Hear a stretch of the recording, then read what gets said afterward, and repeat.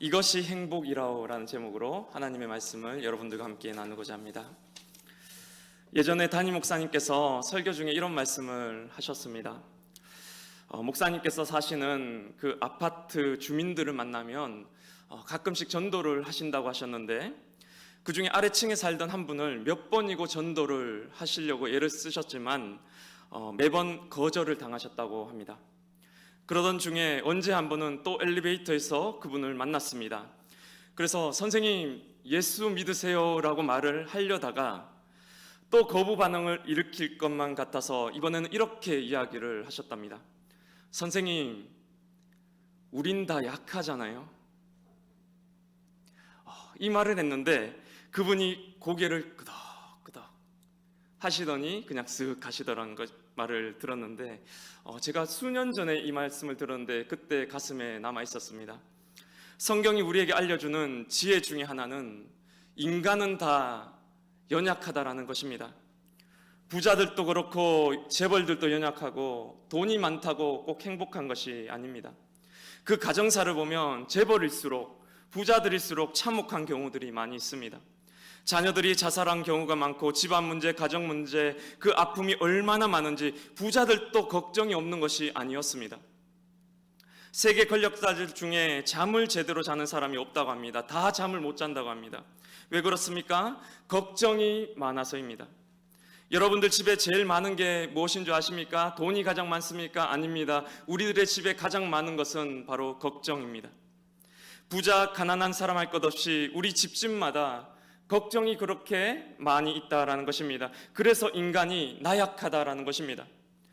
다 가진 것 같은 사람에게도 찾아가서 우린 다 연약하잖아요 이렇게 말을 던지면 나의 약함을 한 번도 느껴보지 않은 사람이 없다라는 것입니다. 제가 한 번은 교회의 어느 권사님의 어머님을 전도하려고 요양병원에 같이 간 적이 있었습니다.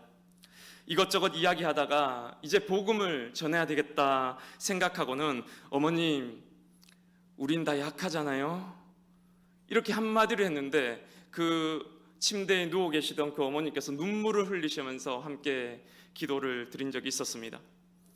여러분, 우리 힘만으로 살 수 있습니까? 어떻게 살 수는 있겠죠. 그러면 여러분 잘 살 수 있습니까? 여러분은 그럴 자신 있으십니까? 우리들의 힘만으로 진정한 행복을 누릴 수 있고 내 힘만으로 참된 평안을 누릴 수 있을 것 같으십니까? 여러분, 제 안에 선한 것이 하나도 없는 것 여러분 알고 계십니까? 여러분, 제 안에 평안이 없는 것 알고 계세요? 여러분, 제 안에 기쁨 없는 것 알고 계십니까? 제 안에 도무지 선한 것이라고는 평안이, 기쁨이, 만족이 없는 것을 여러분 알고 계십니까? 여러분, 우리는 행복해지려고 참 많이 노력하면서 삽니다. 애를 많이 씁니다. 그런데 그게 어디 잘 되셨습니까? 그런 비유가 있습니다. 밑 빠진 독에 물 붓기다. 아래가 깨어진 항아리에 물을 붓는다는 것입니다. 뭐를 열심히 붓는 것 같습니다. 돈도 부어보고 지위도 부어보고 행복을 가져다 줄 만한 것들 죄다 한 번씩 부어보는 것 같습니다. 평판, 사람들의 인정, 집차 뭐 다 갖다가 열심히 붓기는 붓습니다. 근데 어떻습니까? 잠시 좋다가도 이내 사라져 버립니다. 밑이 깨어져 있기 때문이라는 것입니다. 근데 세상 사람들이 이것을 지혜라고 우리들에게 가르칩니다. 더 열심히 붓는 방법은 말이지 하면서 돈이 행복을 주니까 돈으로 부는 게 행복할 거야 라고 가르쳐줍니다. 집으로 붓는 거에 더 행복해질 거야 라고 말합니다. 어떻게 부어야 많이 부을 수 있나? 바가지로 붓는 게 더 좋을 거야 라고 이런저런 것들을 가르칩니다. 이게 세상 지식의 한계라는 것입니다. 여러분, 근데 밑이 깨어져 있습니다. 항아리 아래가 다 깨어져 있다라는 것입니다. 채워지지가 않는다고요. 그따위 지혜로는 깨진 항아리를 채울 수 없다라는 것을 아는 것이 지혜입니다. 그런 걸로는 깨진 항아리를 채울 수 없다는 걸 아는 게 도리어 지혜라는 말씀입니다. 너는 죄인이라고 성경이 말하잖아요. 이게 바로 그 뜻입니다. 너 힘으로는 깨진 항아리를 채울 수가 없다. 너 힘으로는 절대로 깨어진 항아리를 채울 수 없다, 만족시킬 수 없다. 이게 바로 너가 죄인이라는 말의 의미라는 것입니다. 우린 다 약하잖아요가 바로 이 뜻입니다. 그러면 여러분, 항아리를 어떻게 하면 우리가 채울 수 있겠습니까? 연못에다가 그 항아리를 집어 던졌다고 하잖아요. 여러분 한번 상상해 보십시오. 연못 안에 깨진 항아리가 집어 던졌는데 연못 속으로 깊이 들어가는 그 모습 한번 생각해 보시기 바랍니다. 항아리가 물이 가득 찼습니다. 그 행복의 근원, 그 평안의 근원, 그 기쁨과 감사의 근원 대신 그 연못 속으로 내가 풍덩하고 빠져버려야, 그 행복의 근원과 내가 연결되어야, 그 하나님과 내가 하나 되어야, 그 영이신 하나님과 내가 접속되어야, 나의 참 포도나무 대신 그 예수님께 내가 붙어 있을 그때에만, 내 안에 그 근원 대신 성령님을 밝혔을 그때만 가능하다라는 것입니다. 이게 진정한 지혜라는 말씀입니다. 그래서 요즘 새벽에 잠언 말씀을 묵상하고 있습니다. 그 잠언은 처음 시작부터 지식의 근원에 대해서 밝히면서 시작합니다. 여호와를 경외하는 것이 지식의 근본이요 거룩하신 자를 아는 것이 명철이다라고, 이것을 아는 자가 참으로 지혜로운 자라고 밝히고 있는 것입니다. 아무리 노력해도 다 새어나가 버립니다. 아무리 열심을 내어도 다 빠져나가 버립니다. 우리 인간의 육체에는 선한 것이 없습니다. 이 육체라는 것은 밑 빠진 독과 같습니다. 이 자리는 욕심이 가득한 자리거든요. 돈을 아무리 많이 가져도, 내 지위가 아무리 높다 한들, 명예를 많이 가져도 다 세워져 나가 버립니다. 이 육체는 만족되는 자리가 아닙니다. 만족이 안 되는 자리입니다. 세상 사람들은 다 이 육체로 살아갑니다. 육과 혼으로 살아갑니다. 혼이, 이 내 마음이 늘 이 겉의 육체에 휘둘리면서 영향을 받으면서 살아간다라는 것입니다. 육체의 정욕, 안목의 정욕, 이생의 자랑과도 같은 이 육체의 욕망에 내 혼이 늘 영향을 받으면서 남보다 더 잘나고 싶고, 남보다 더 갖고 싶고, 남보다 더 높아지고 싶고, 물건을 보면 사고 싶고, 있으면 좋다가 없어지면 죽고 싶어지는, 우리는 늘 더 높이 더 많이 갖도록 채워지지 않는 만족을 향해 우리로 하여금 내달리도록 만듭니다. 그런데 여러분, 그리스도인들은 어떤 사람들입니까? 육과 혼, 거기에 더해서 영으로 살아가는 사람들이 바로 그리스도인들입니다. 내 혼이 육체에도 이끌리지만, 크리스천은 어디에 영향을 받고 지배를 받는다는 것입니까? 바로 내 안에 계신 성령님으로부터. 이 성령의 나의 이 혼이 영향을 받고 지배를 받으면서 살아가는 사람이 크리스천이라는 것입니다. 그래서 우리는 육에 속한 사람이 아닙니다. 우리는 영에 속한 사람입니다. 사도 바울이 말했듯이 우리는 겉사람으로 살아가는 사람이 아니라 속사람으로 살아가는 사람들이기 때문입니다. 거듭났다는 게 무슨 말인지 아십니까? 거듭났다, 두 번 태어났다, 중생했다라는 그 말은 바로 육에 속한 나가 죽고, 육에 속한 나가 죽고 영에 속한 나로 다시 태어났다라는 뜻입니다. 겉사람 이 민강태가 죽고 나 이 속사람인 하나님의 자녀인 나, 성령의 나로 거듭 태어났다는 말이 바로 거듭났다는 말의 의미라는 것입니다. 근데 오늘 크리스천들이 행복하지 않는 이유를 여러분 알고 계십니까? 오늘날 크리스천들이 세상이 도리어 걱정하는 지경에 이른 이유를 여러분도 알고 계십니까? 바로 육에 속한 그리스도인들이 생겨났기 때문입니다. 크리스천이란 말은 영에 속한 자라는 뜻인데, 육에 속한 그리스도인들이 생겨났다라는 것입니다. 교회 안에 수두룩하게 있습니다. 그래서 너도 나도 말합니다. 저는 교회 다닙니다. 말합니다. 그런데 그게 왜요? 교회 다니면 다 된 것입니까? 그런 말을 하는 게 중요한 게 아닙니다. 저는 영에 속한 사람입니다. 저 영적인 사람입니다. 저 성령의 사람이에요. 저 속사람으로 살아갑니다. 내 혼이 육체에 의해 영향을 받고 지배를 받으며 살아가는 사람이 아니라 내 안에 성령에 의해서 다스림을 받고 지배받으며 영향을 받으며 살아갑니다라고 말하는 것이 중요하다라는 것입니다. 참으로 놀라운 것이 사람들이 행복을 찾지 않는다고 말합니다. 크리스천들도 행복을 찾지 않는다고 말합니다. 이게 무슨 말입니까? 사람들 중에 어디 행복을 찾지 않는 사람들이 있습니까? 사람들마다 다 행복을 찾지 않습니까? 그런데 사람들이 행복을 찾지 않는다고 합니다. 행복의 조건을 찾는다고 합니다. 내가 지금 좋은 집에 살려는 것도 그 이유를 생각해 보면 행복해지려고 하는 이유랍니다. 내가 사업이 잘 됐으면 하는 것도 그 이유를 거슬러 올라가다 보면 행복하기 위해서라고 말합니다. 내가 지금 열심히 사는 이유도, 내가 돈을 많이 벌고 싶은 이유도, 내가 출세하고 꿈을 실현하는 이유도, 인정받고 싶은 이유도 하나씩 그 이유를 거슬러 올라가다 보면 그 위에는 행복해지고 싶어서라고 대답한다는 것입니다. 그때 어느 영성가가 이런 질문을 남깁니다. 참으로 신기하다. 사람들은 왜 곧바로 행복을 구하지 않고 행복의 조건들을 구할까? 사람들은 왜 곧바로 행복을 구하지 않고 행복의 조건들을 구할까? 여기에 행복의 비결이 있습니다. 내가 부자가 되어서 행복해지려는 사람들은 결국 행복해질 수 없습니다. 내가 어떤 지위에 올라서 행복해지려고 하는 사람들은 행복해질 수 없다라는 뜻입니다. 내가 좋은 평판을 가졌어요. 인정받습니다. 그걸로 내가 행복해지려고 하는 사람들은 행복해지지 못한다라는 것입니다. 행복 그 자체가 아닌 어떤 행복의 이유들, 어떤 행복의 조건들로 행복해지려는 사람들은 행복해지지 못한다라는 것입니다. 밑 빠진 독에 물 붓기거든요. 아래가 끼어진 항아리이기 때문입니다. 가졌을 때는 좋습니다. 그런데 이내 사라져버립니다. 곧 나보다 더 가진 사람, 더 잘난 사람을 만나는 그 즉시로 사라져버린다는 것입니다. 여러분, 예수 안에 행복이 있습니다. 예수 안에 행복이 있습니다. 여러분, 예수 안에 행복이 있습니다. 하나님 그 자체가 행복입니다. 하나님과 내가 접속할 때, 하나님 안에 내가 거하게 될 때, 성령님과 내가 연결된 그 자체가 인간이 누릴 수 있는 최상의 행복이라는 말씀입니다. 내 안에 그 행복의 근원이 지금 또 있다라는 것입니다. 내 안에 하나님이 계십니다. 내 안에 성령님이 계십니다. 내 안에 천국이 지금 또 있습니다. 내 안에 항상 기뻐하는 자리가 있고, 내 안에 쉬지 않고 기도하는 자리가 있고, 내 안에 범사가 감사한 그 자리가 있다라는 말씀입니다. 하나님이 계신 그곳이 천국입니다. 내 안에 그 보물이 있고, 내 안에 그 천국이 있고, 내 안에 그 행복의 근원이 있는데 어디서 그것을 찾는다는 말입니까? 하나님 한 분으로 충분합니다라는 말이 바로 이 말입니다.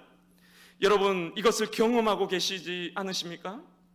여러분, 이것을 경험하고 누리면서 살아가고 계시지 않으십니까? 이것을 매일 수시로 하루에도 12번 또도 경험하셔야 된다라는 것입니다. 이것을 내가 경험하면서 살아가지 못한다라고 한다면, 이론상으로만 이것을 안다라고 한다면 육에 속한 그리스도인으로 우리가 살아갈 수밖에 없습니다. 여러분은 지금 행복을 구하고 계십니까? 행복의 조건들을 구하고 계십니까? 내가 예수를 잘 믿어서 그로 인해 내 사업이 잘 돼서 내가 행복해진다고 생각하고 있지 않으십니까? 그것이 아닙니다. 내가 예수를 잘 믿어서 그로 인해 내 가족이 다 복받고 잘 돼서 그래서 행복해지는 것이 아닙니다. 내가 예수를 잘 믿어서 그로 인해서 내 자녀들이 좋은 대학에 합격하고 출세하게 되어서 행복해지는 것이 아니라는 말씀입니다. 예수 잘 믿어서 내가 물질의 복을 받아서 행복해지는 것이 아니라는 말씀입니다. 예수 그 자체가 행복이다라는 것을 말하고 있습니다. 내 안에 예수님이 계십니다. 내 안에 성령님이 계십니다. 그리스도인은 육과 혼뿐만이 아니라 영으로 사는 사람이 크리스천이라고 말씀드렸습니다. 우리가 하나님의 형상대로 지음을 받았다라고 하잖아요. 여러분, 하나님의 형상대로 내가 지음 받았다라는 것이 무슨 뜻인지 아십니까?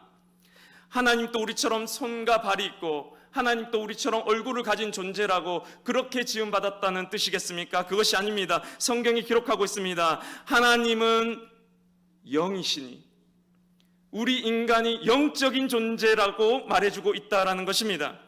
행복의 조건들, 행복의 이유들에서 행복을 찾는 사람이 아니라 우리의 영을 통해서, 내 안에 성령을 통해서 행복을 찾는 사람들, 하나님과 연결됨을 통해서 그 무한하신 생명의 근원, 평안의 근원과 접속함을 통해서 그 연못 속으로 내가 풍덩하고 빠짐을 통해서 나의 참된 포도나무 대신 예수님께 가지로 붙어 있음을 통해서 행복을 누리는 사람들이라는 말씀입니다.